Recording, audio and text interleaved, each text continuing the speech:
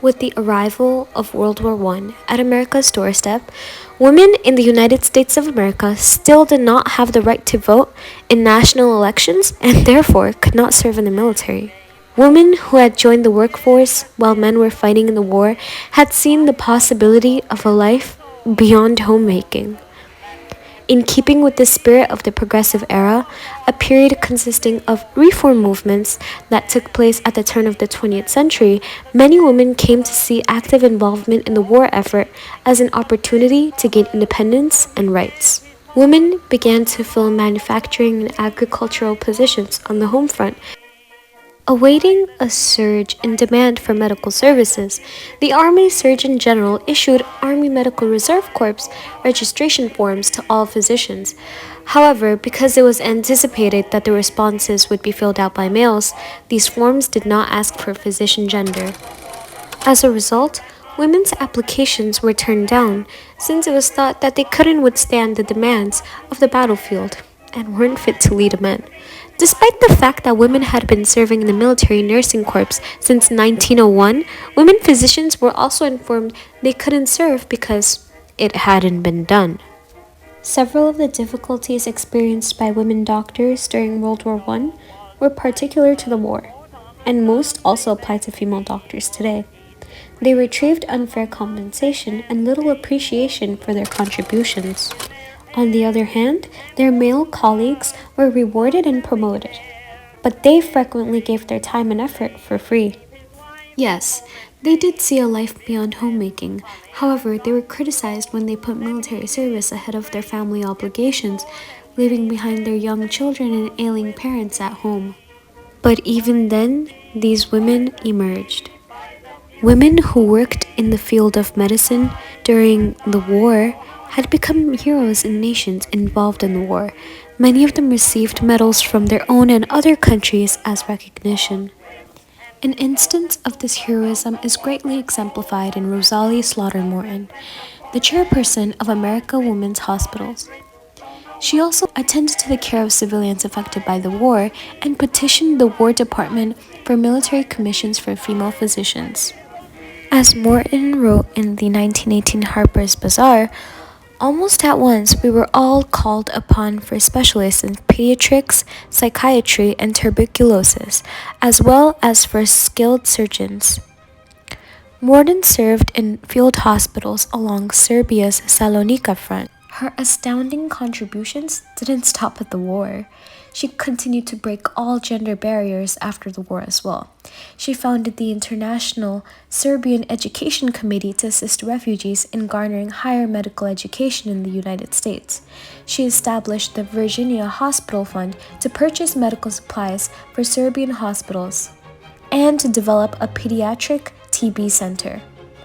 She served as an attending surgeon at hospitals in New York, Virginia, and Florida, and was the first female faculty member at Columbia University Medical School. Dr. Esther Pohl Lovejoy, an American physician and public health pioneer, stated, "Our government provided for the enlistment of nurses, but not for women physicians. This was a mistake. It is utterly impossible to leave a large number of well-trained women out of a service in which they belong for the reason that they won't stay out." So what really sets these women apart from everyone else? The first American women's hospital was founded in France in 1918 by American women physicians who wanted to develop women in the medical field and provide relief to people suffering under the effects of war. The American Women's Hospital physicians saw a devastated countryside and impoverished villagers suffering from chronic illnesses made worse by the war when they arrived in France. In July of 1918, they built their first hospital in Neufmoutiers, a little commune roughly 20 miles southeast of Paris. The hospital was relocated to Luzancy in September, closer to the damaged districts where the medical staff treated patients for dysentery, typhoid, influenza, and pneumonia, in addition to long overdue surgeries. The doctors executed their medical work under extremely arduous conditions due to unconventional locations, scarcity of equipment, poor transportation, and consistent uncertainty and insecurity because the front line of war was always moving back and forth throughout the countryside. Initially laughed at, the American female physicians became so indispensable that many French soldiers began to ask, "Où sont les dames?" translated to, "Where are the ladies?" During the war, there was a desperate need for anesthesiologists, which led the army to allow women to serve as contract surgeons, beginning in March of 1918. They were considered civilians and were denied military benefits, military commissions, and command authority. They were also not given an official rank and were paid a salary equivalent to a first lieutenant, and they did not receive any disability coverage. Acting Judge Advocate General Samuel Tilden Ansell ruled that the language describing a medical or reserve officer clearly meant men. He claimed that due to the nature of the military office and the tradition of hiring men only, given that other military regulations specified that soldiers be men, the rules were not intended to allow women as officers. Ansell also added that women were unlikely to meet the physical requirements for medical officer service. His ruling was a true disappointment.